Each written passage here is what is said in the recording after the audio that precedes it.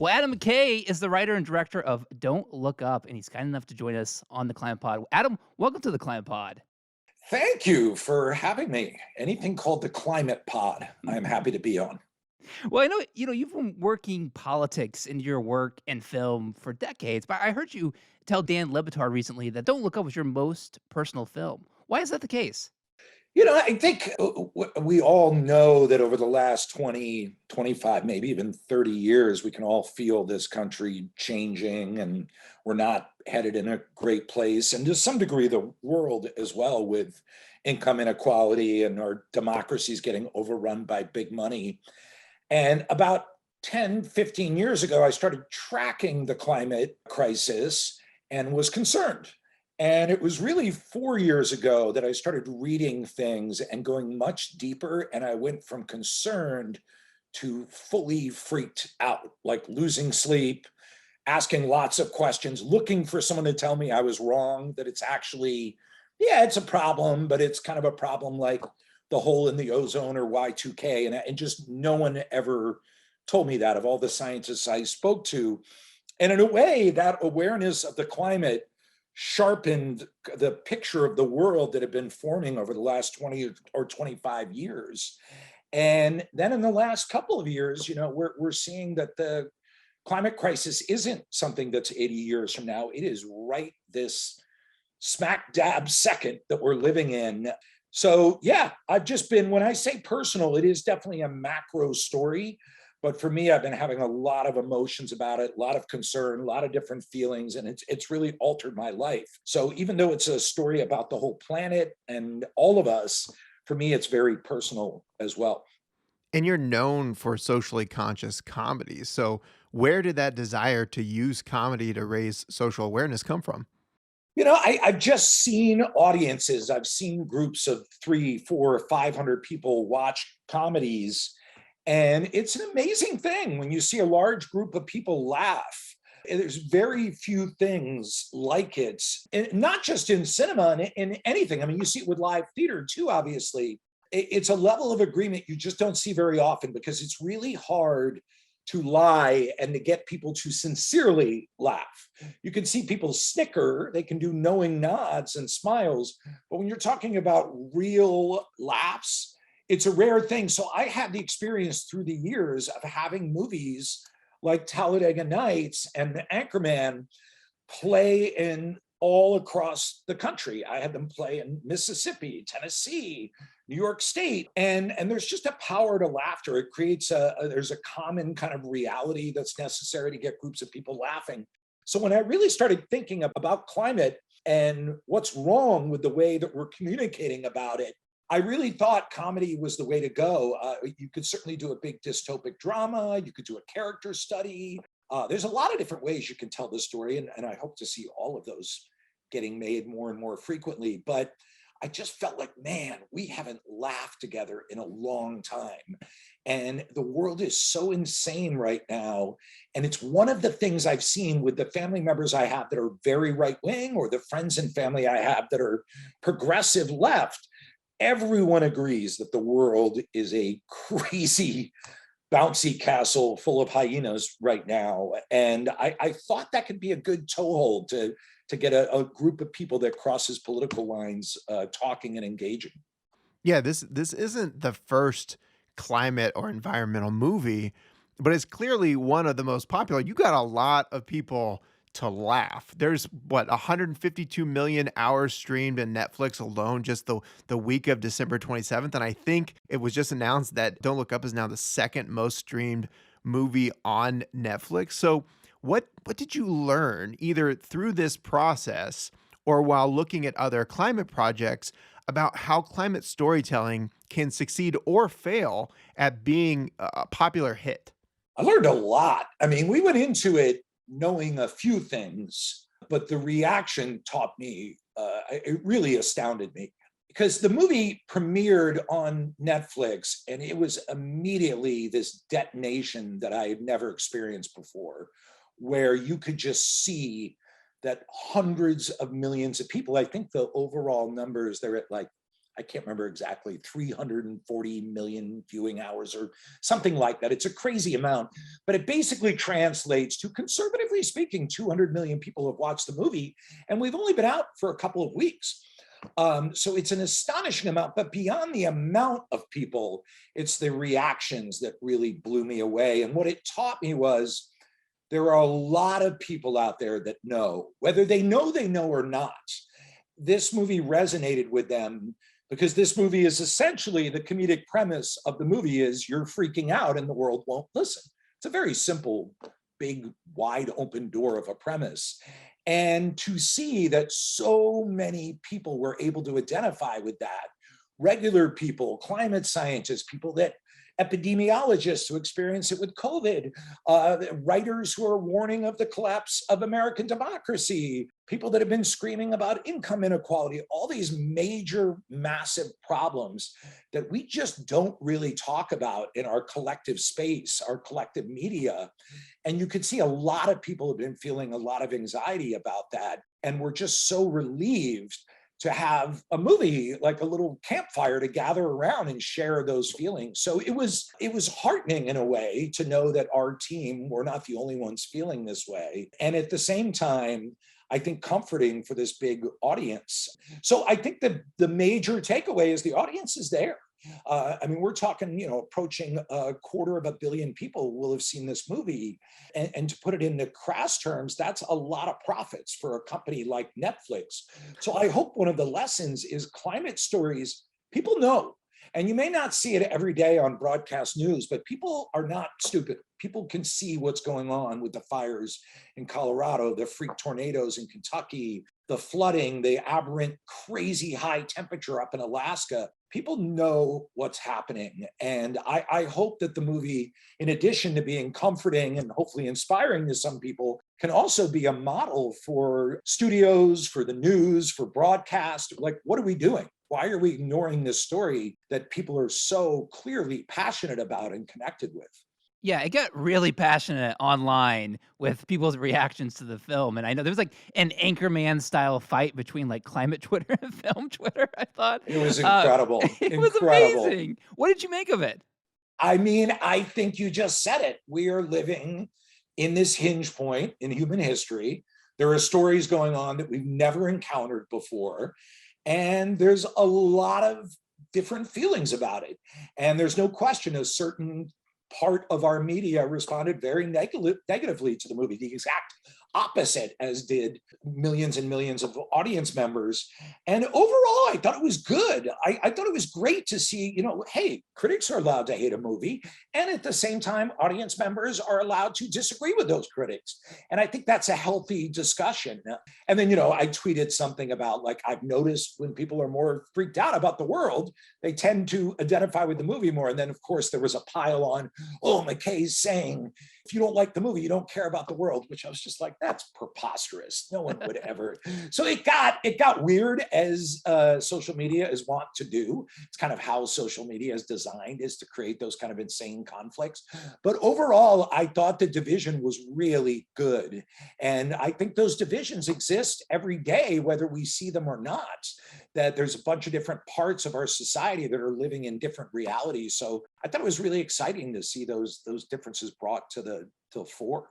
There's a great line in the movie where Tyler Perry's character calls the first segment where the scientists appear a little science experiment. And we know a huge issue with media coverage on climate is that it is so siloed. It's treated as this separate, complicated, scary topic to explore, but climate change, it affects everything. Everything affects climate change. It is not siloed. And I know you've had critiques of the media in previous movies, but what were you hoping that people in the media would take away from Don't Look Up? I think one thing that surprised me with the media's reaction to the movie was it just never occurred to me that anyone thought the media was doing a good job on climate. Like clearly they're not. Like, you look at the polling numbers for how people engage with climate and they're atrocious. I mean, people are wildly misinformed, confused.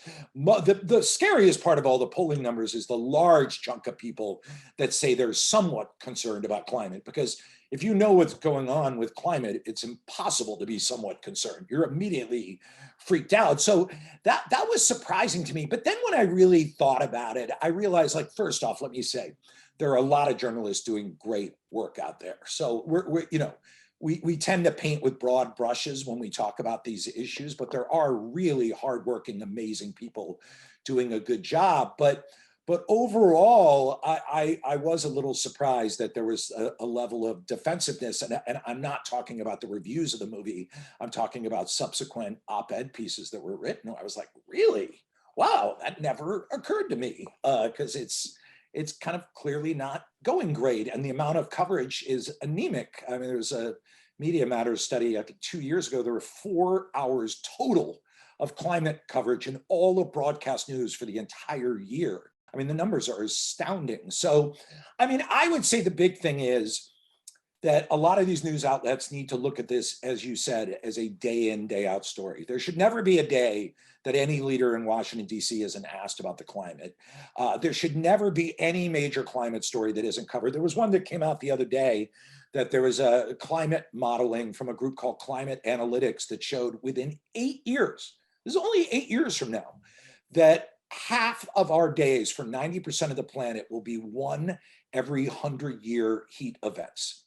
And I read this story and I was just like, that is gigantic. I mean, that should be the number one story everywhere. We should be learning about the methodology of the analytic company. We should be talking to other scientists. We should be looking about what this means for rates of fire. We should be looking at what this means for drought, for power outages. And I didn't see it picked up anywhere. I mean, there's a couple, obviously I read it. So there was one, I think it was a French news site had covered the story. But yeah, a story like that should never be ignored on any news outlet. It's so jaw-dropping. Sure. Well, a lot of people felt like this movie was shaming them because they felt the movie was saying they weren't smart enough or they weren't doing enough about climate change. I've heard that and I've read that in several reviews, but I saw this movie as a systemic breakdown driven by corporate greed. And I think those responses to this movie, those fear of shaming responses really proves just how effective the conditioning of people by all these corporate interests to think that climate crisis is a personal responsibility problem. It's just been incredibly effective. What did you make of this? I mean, we always screen our movies. I like to screen the movies, especially for a movie like this that was built to be a big movie to play for the world. So I screened this movie quite a bit, and we never had any reaction in any of the screenings that was even close to what some of these media responses were. So I was really shocked.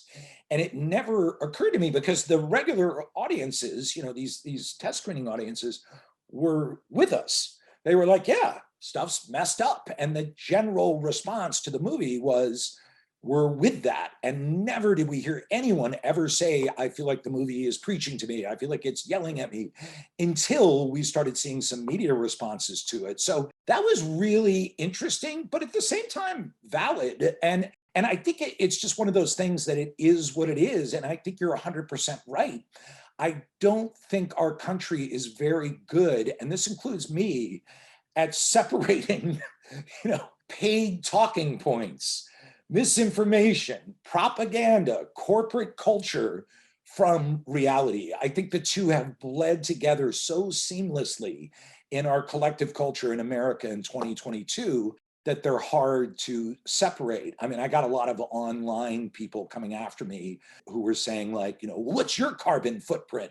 Well, what are you doing? What about when you fly? And I didn't get into it with them, but you want to say like, the very fact that you're framing the discussion like that shows that there's a lot of information you still need to receive, because you Hmm. wouldn't talk about it that way if you really understood that 70% of CO2 emissions come from big corporations. I think it's like 10 corporations create 70% of the CO2 emissions. So, although check me on that, that might not be entirely accurate. But so I think it's like people take things very personally. I think everyone's struggling financially. Our economy's a mess. Everyone's holding on to their healthcare and their paycheck. And suddenly there's a movie that pops out that, if you're working at a news station or a online site that's saying, hey, you guys have failed in a major way to cover the biggest story in human history. I'm not surprised by some people going F you and who do you think you are. I think it's a very human response, and I think it's okay. But I've learned a lot from it. I mean, that's been selfishly just getting to see the different factions of responses. It's been really interesting and ultimately heartening that the majority faction response, which is the hundreds of millions of people who watch the movie, have been overwhelmingly positive and passionate. So that's been very cool and heartening ultimately. When the movie really takes off for me is when Mark Rylance's character comes into the film, and you obviously made the excellent Big Short, and I was thinking about there's been this cultural and media attention shift, I think, since 2008. Not economic shift, but cultural media attention shift from Wall Street to tech companies, right? We have all these tech innovators that have like become media darlings. You see that a little bit less since the 2016 election, but you still have these tech innovators who have a ton of confidence by large publications, and that plays out and Don't Look Up. What have you thought about, or what concerns you about the way we treat big tech CEOs in the United States? Yeah, I would say even beyond the big tech CEOs, it's a tendency for our culture to think that extreme grotesque wealth, which, if you're worth $80 billion, like I'm a guy who's paid too much, because our society's like deranged. So my sister is a public school teacher and I'm paid like, whatever, 500 times what she is, which is bizarre. But when you go into the range of someone being worth $80 billion, it's almost impossible to comprehend what a dysfunctional sort of boil that is on our society. So I think there's a tendency in our culture to think that that kind of wealth is immediately validating and equates with success and doing something right. So I was amazed when they all these guys started shooting up into the upper atmosphere and saying they were going into space, how kind a lot of the media coverage was, rather than asking like, why are you doing this, and how much pollution is this causing, and how much does this cost, and why are your taxes lower than your average working person's tax rate, functional tax rate, which is true. Billionaires pay a lower functional tax rate than working people. So yeah, I think there's that level of it, which is anytime anyone's worth $80 billion in a society, it shows that something's broken. Then there's also the weird embrace of these people. And then the third level is just the raw damage that someone like Mark Zuckerberg has done to our democracy by profiting off misinformation, and then the other social media outlets profiting off of conflict, misunderstanding, and like just the bigger question of what kind of economic model is this. So it's right pickings, and it's, a lot of people have made fun of these bizarre billionaires before. It was probably the hardest part of the movie to write, just because the reality is so cartoonish. How do you parody it? And my big cheat answer was, you get one of the best actors on the planet, Mark Rylance, to do it. And I thought he did a bang up job. He was amazing. He was absolutely amazing as that character. And watching Don't Look Up, I really was excited to see that you hit what I feel like is the real problem, which is that this extreme capitalism ultimately leads to planetary breakdown. And I think the brilliant part of this film is you show just how dangerous a few or really one profit-seeking capitalist can be if they have political enablers. And this is what we talk about over and over again on the Climate Pod. So what troubles you about the way our economic system is driving the climate crisis?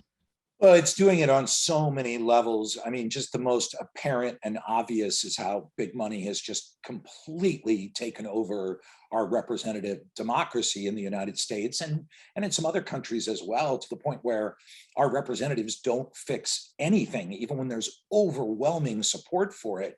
And I would say that trickles into the media coverage of it, which, let's face it, a lot of our media is owned by giant conglomerates.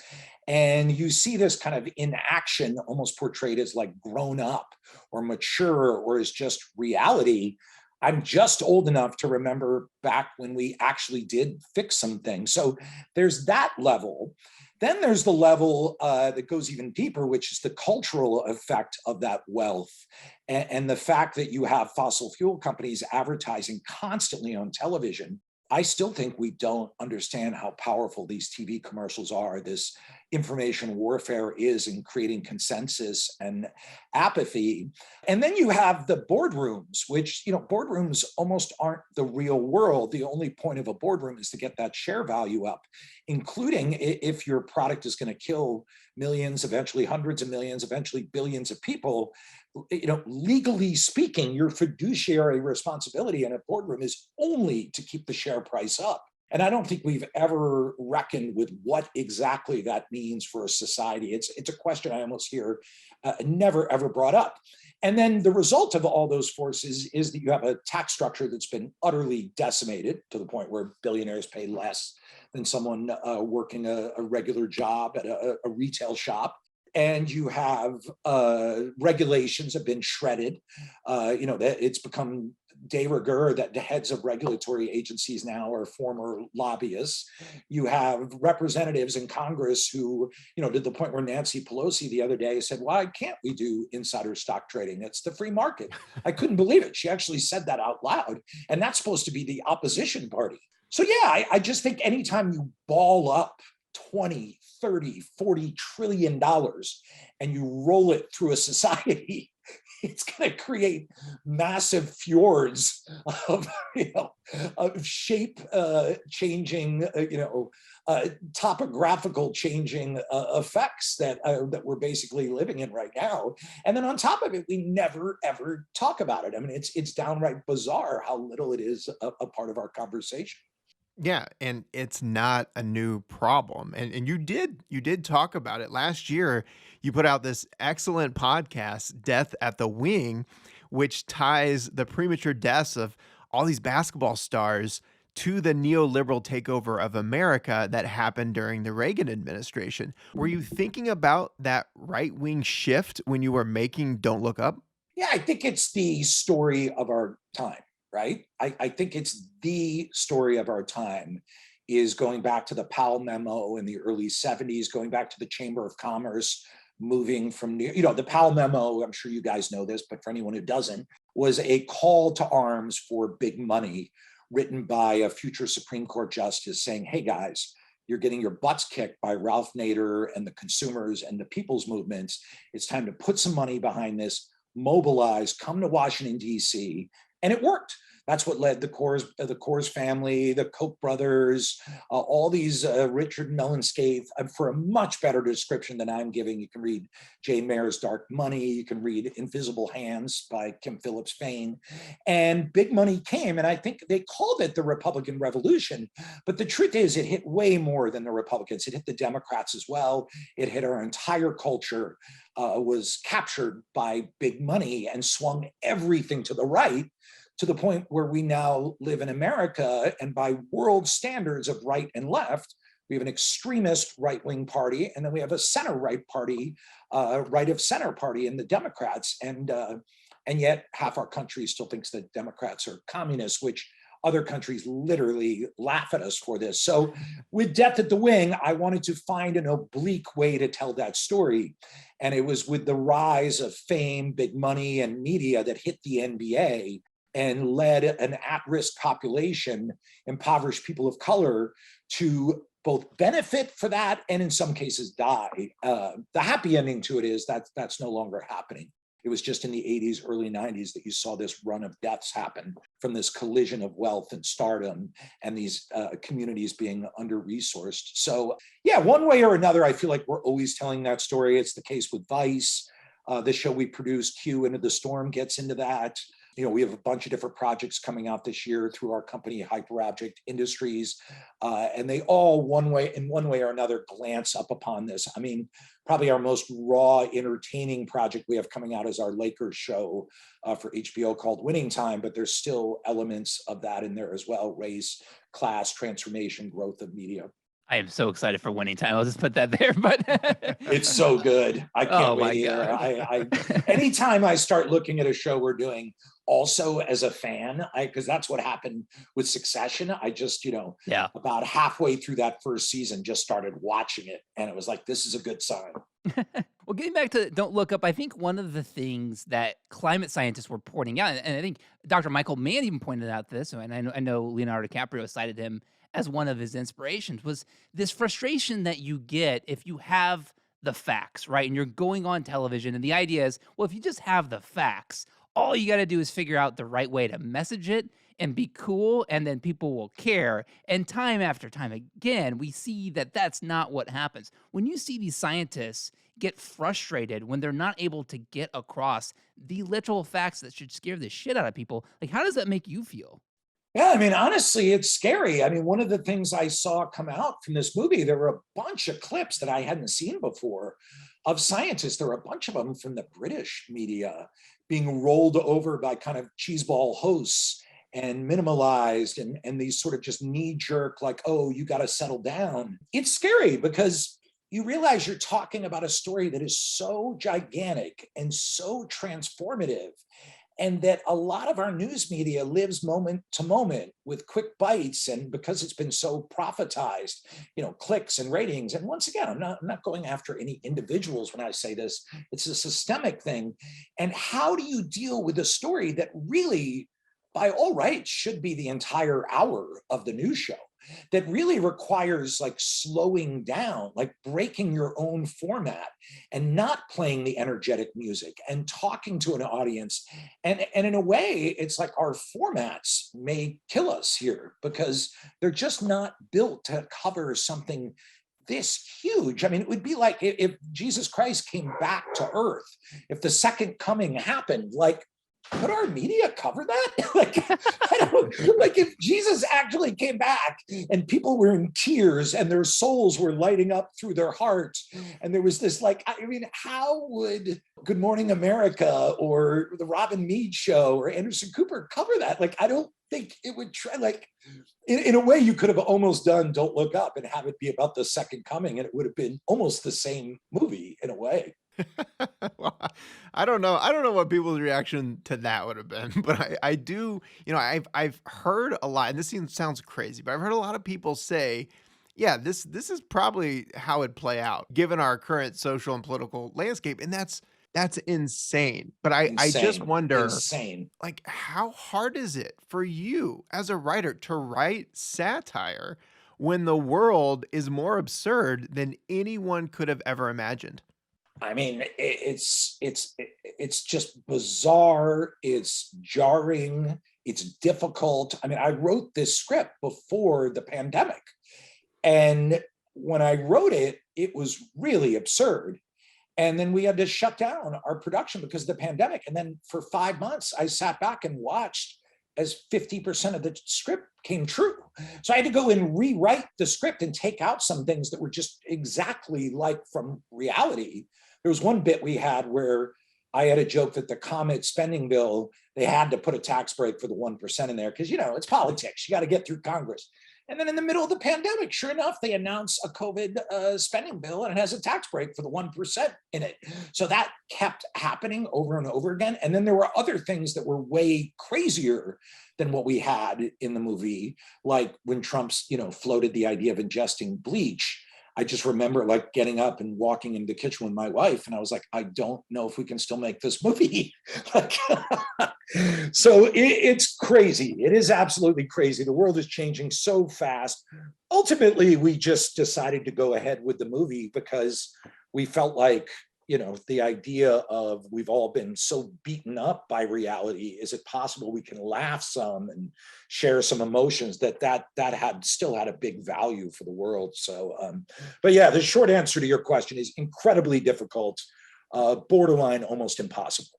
I don't really have a segue to this. I just because we're talking to you, I have to ask you, what did you think of Dick Cheney in Congress shaking hands with Democrats last week? Like Adam, what was going on there?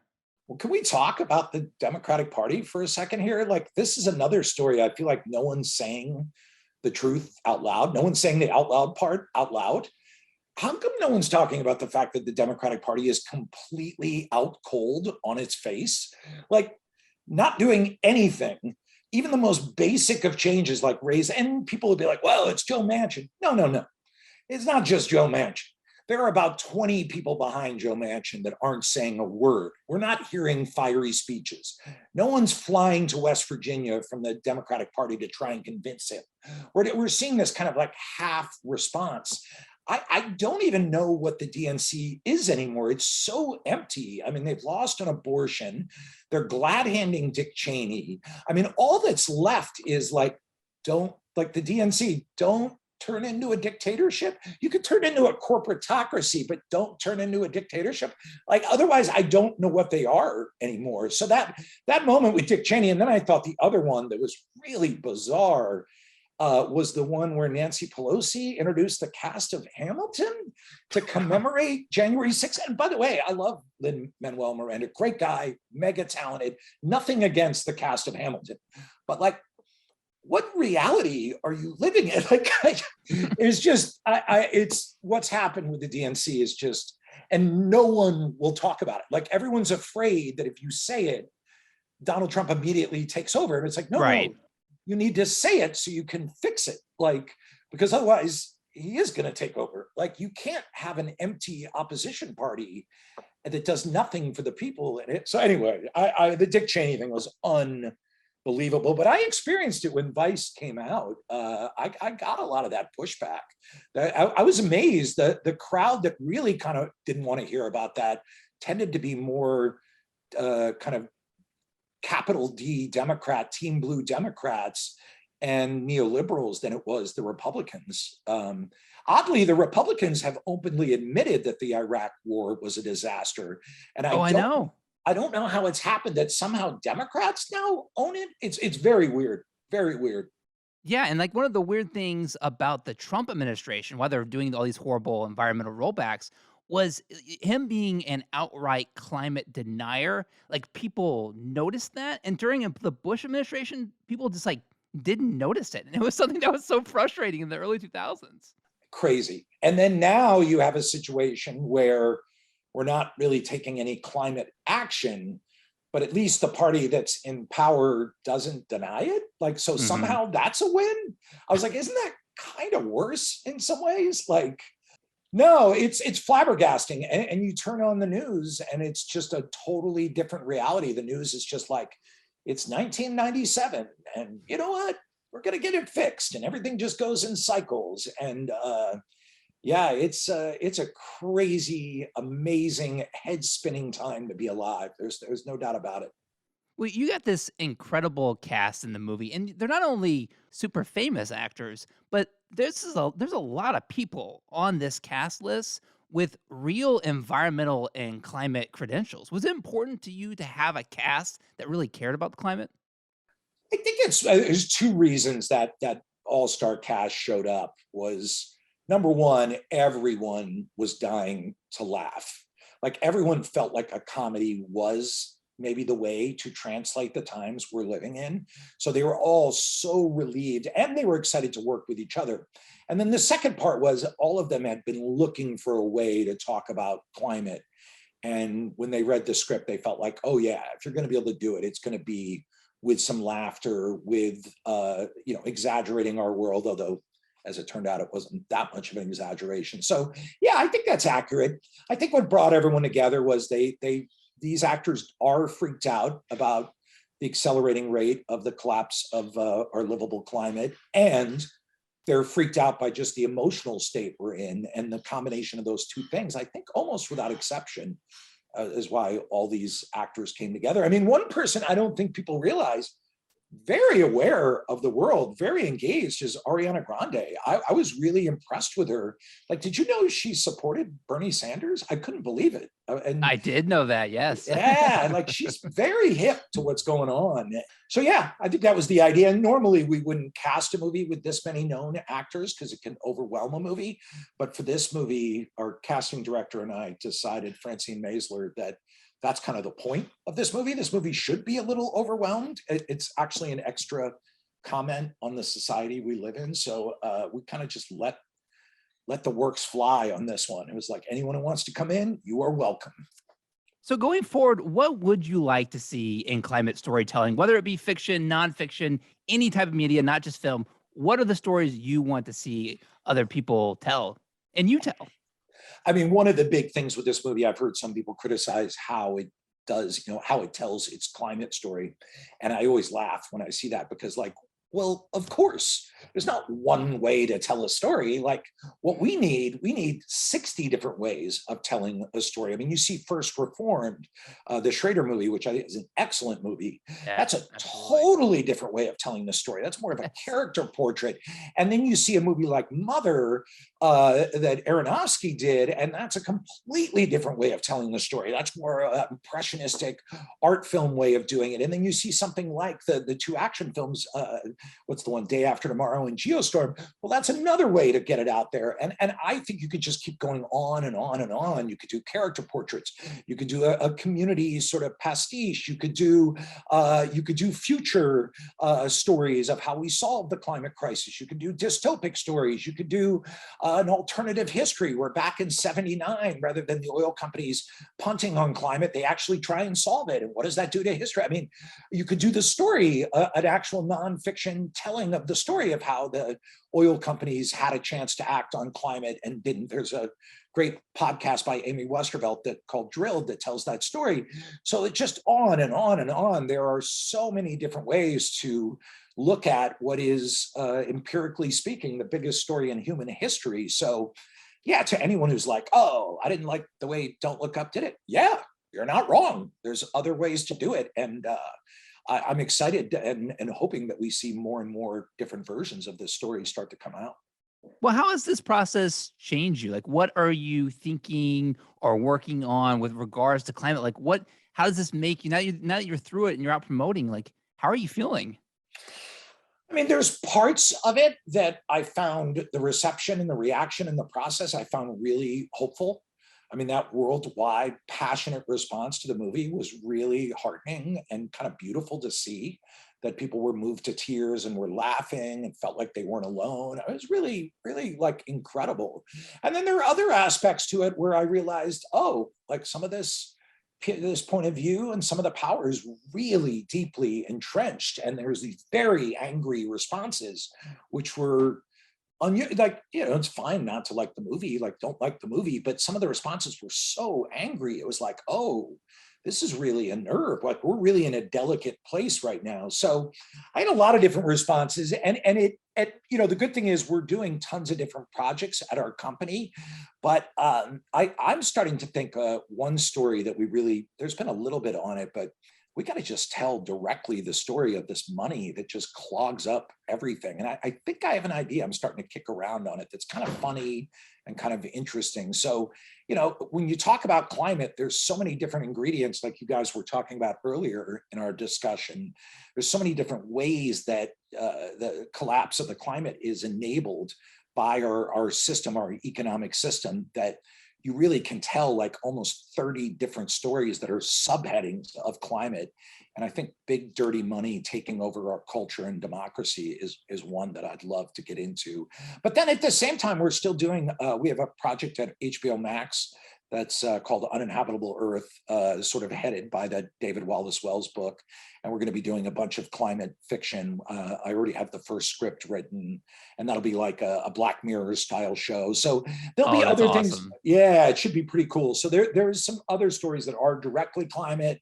Then I think there's stories that, get to the underlying causes like you guys were talking about. Well, I got to tell you, just to wrap up here, we would not have started this podcast if it wasn't for seeing an inconvenient truth when we were teenagers. And we have talked to climate scientists like Michaela King before that have been inspired by Day After Tomorrow. Like what I think you've done here, Adam, will literally change people's lives. It very well may start many people down the path to make massive contributions to the fight against climate change. And you've gone after the power structure, like we've talked about. That has actually led to the problem, and you've made a great film. None of that happens if you don't use your time, talent, and platform and convince a whole bunch of stars to do this. You guys made something really cool, And as two people that talk about this every single week, we cannot thank you enough for doing it. And we can't thank you enough for coming on our show to talk about it. Oh, thanks, Brock. It's high. I appreciate it. And lest anyone think that I think I'm some altruistic person doing good things, the whole reason I did it was because I don't want to die in a fire tornado. I mean, that's it. Like, I don't want to like go in my backyard and get smoke inhalation. That's it. So altruism is actually selfishness. Let's all not die in heat of wet bulb events or fire tornadoes and do something about this shit. That's a great place to end on. Adam McKay, thank you again for joining the Climate Pod. Thanks, guys. I appreciate you having me.